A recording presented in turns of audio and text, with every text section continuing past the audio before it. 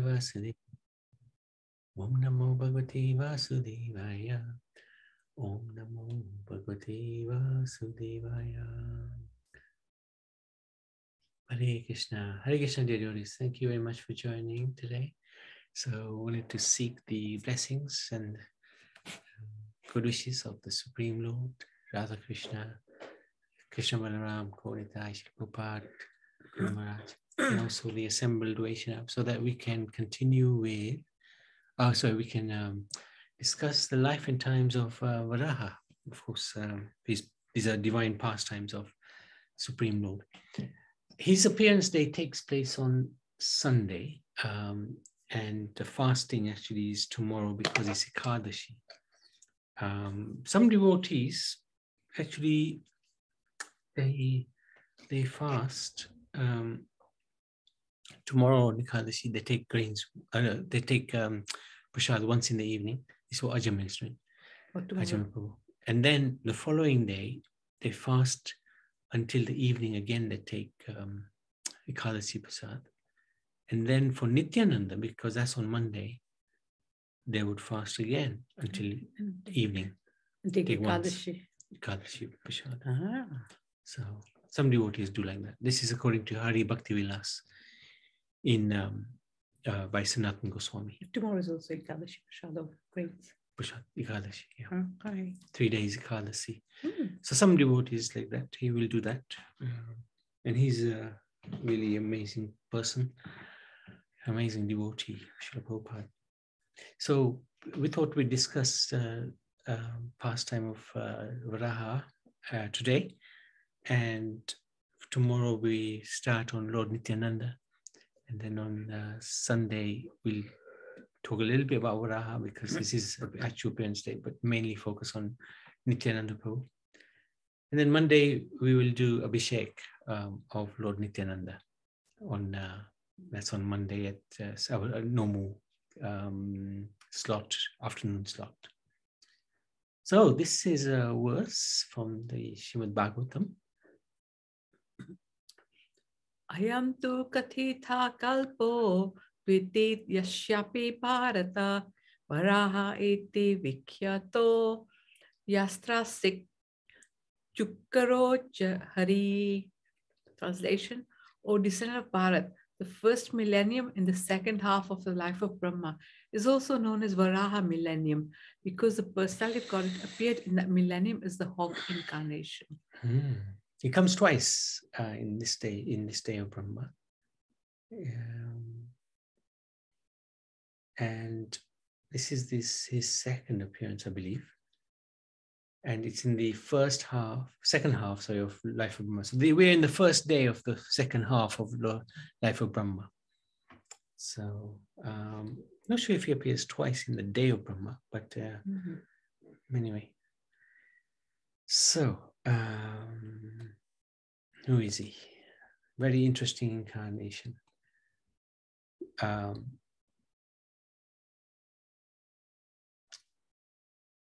Once the 4 Kumaras were stopped by Jay and Vijay, who are the gatekeepers at the entrance of Vaikuntha.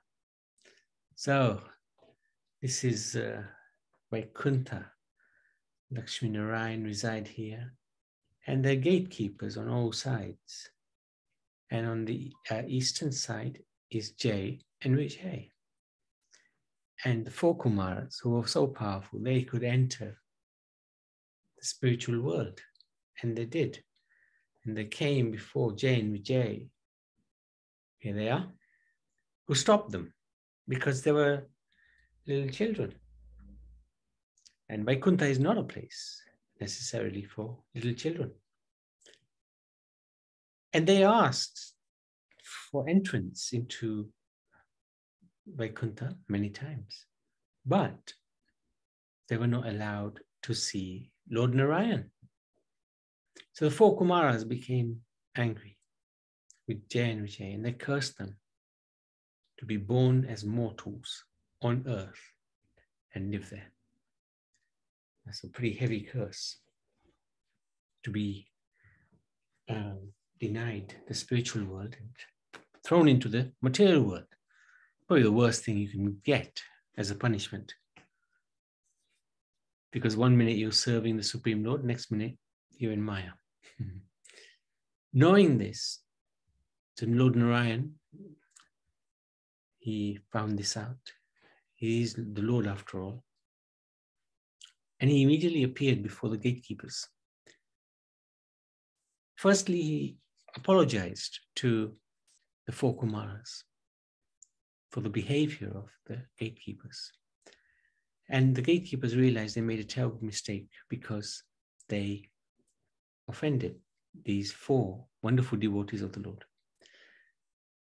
So, of course, the four Kumaras were also very sorry that they cursed the Lord's servants. But the Lord said, no, don't worry. This is part of my plan. It's all part of my plan. And he said to Jay and Vijay, don't worry. I'm going to give you two options. You can either take 7 births on earth as devotees of Vishnu, my devotees, or you can take 3 births as my enemy. Which one would you like? Now, Jay and Vijay didn't want to be away from the Lord very long. So they picked the second choice, 3 births as the enemy. And they were assured by the Lord that they will regain their position in Vaikuntha and be with him permanently after their stint on earth. So they, of course, decided to, they didn't want to be away from the Lord for 7 births. They agreed to the second option, to become his enemies for 3 births. So Vijay took birth as Hiranyaksha, who was a very powerful demon. He just come from the spiritual world, so he's bound to be very powerful.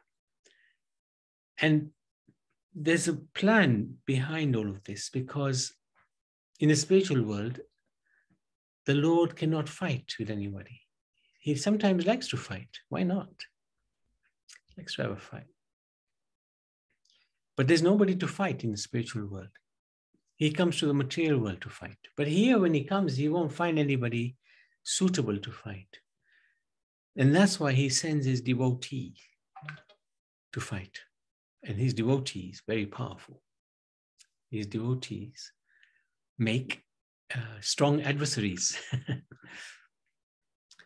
for the Lord to enjoy a fight. So at the time of his birth, Hiranyakashipu's birth, there was unlucky omens appearing everywhere. There were violent winds uprooting trees, volcanoes erupted, clouds rained endlessly as lightning slashed the sky. Owls screeched fiercely, wolves howled at the moon, and trembling cows gave blood instead of milk. So these are all bad signs.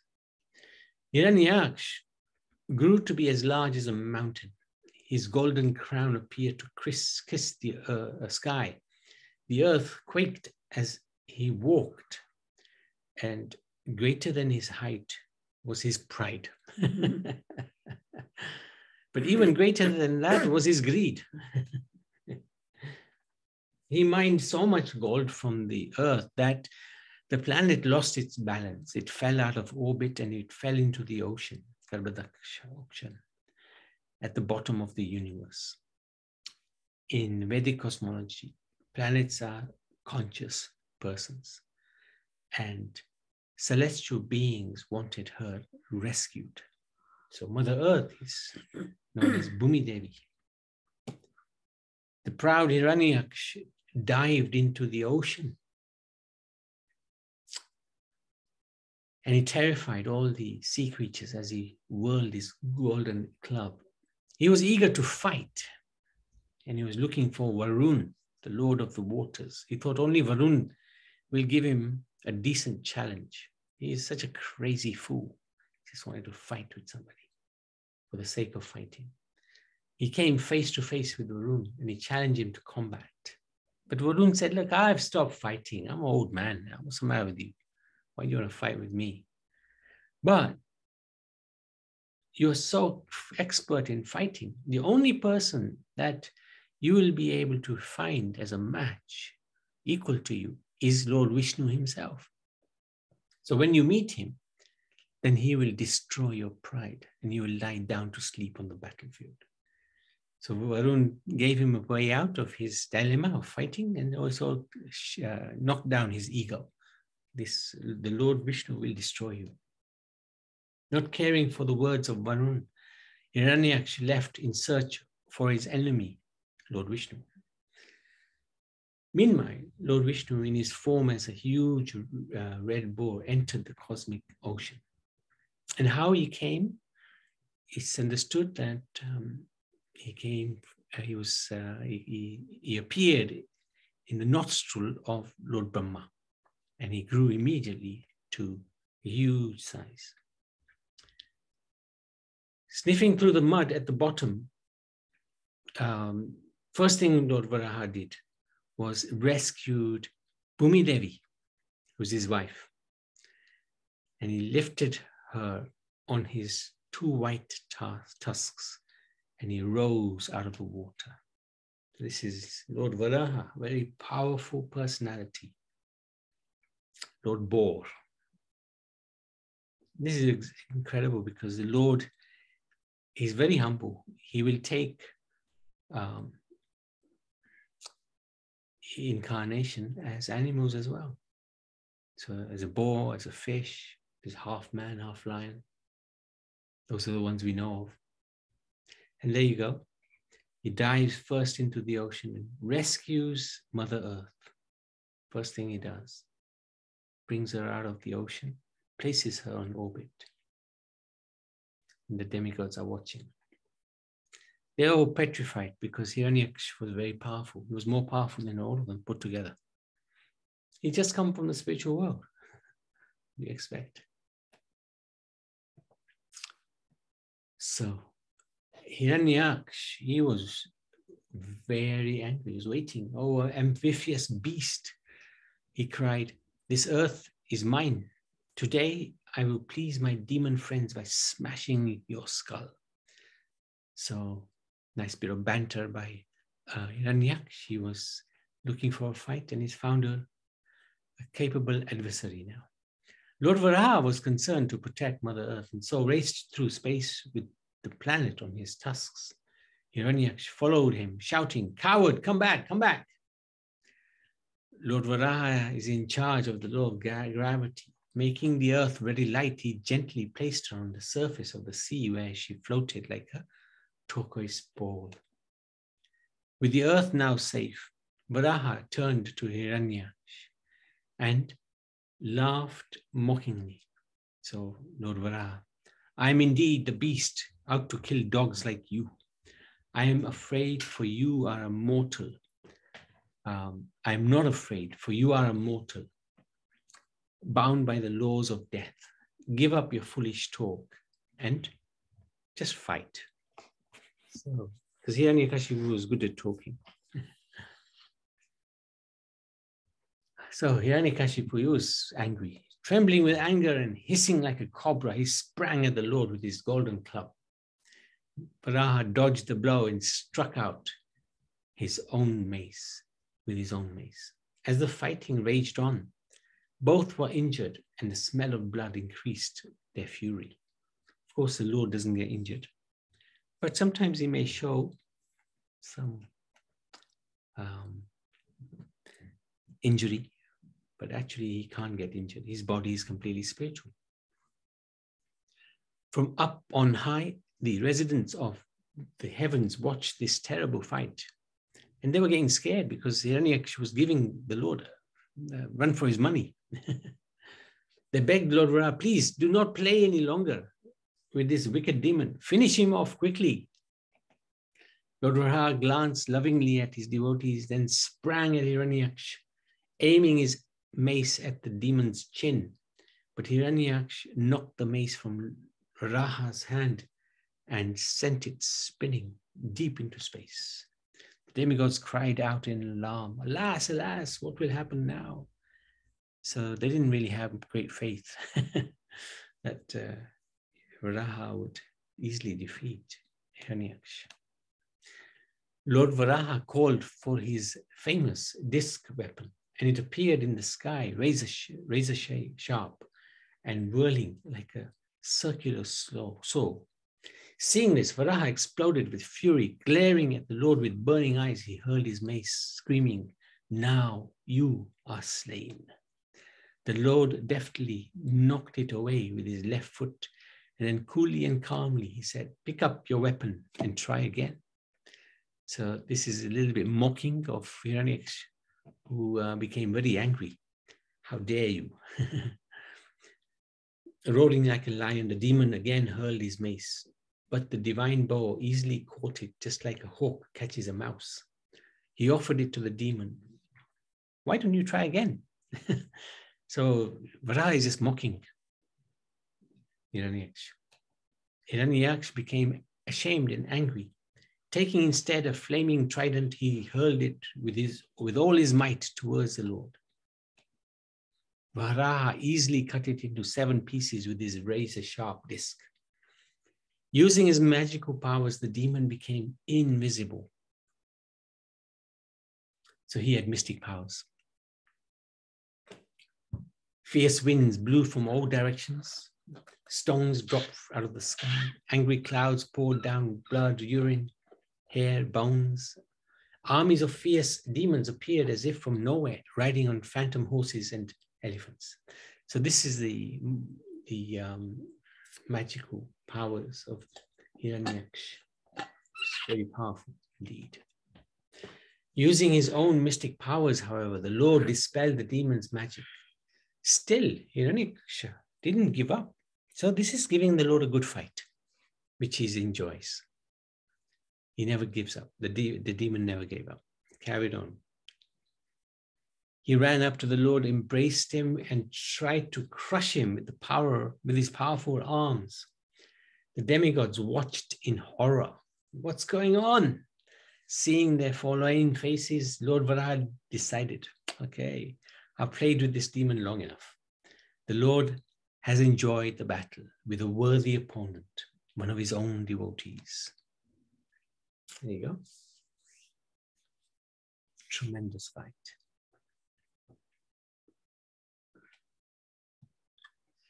Casually, he slapped Hiranyaksha at the base of his ear.